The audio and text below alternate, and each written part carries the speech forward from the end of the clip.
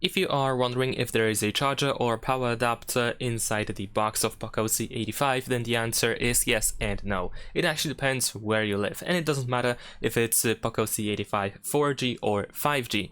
In both cases, the power adapter is, for example, not included in European countries, or at least in most of the European countries. But for example, if you are from an Asian country, especially from the South Asian country, then most likely the power adapter is included. So you might be aware if in your region's chargers or power adapters are generally included inside the boxes. If the answer is no, then of course POCO C85 does not come with a power adapter in this case as well.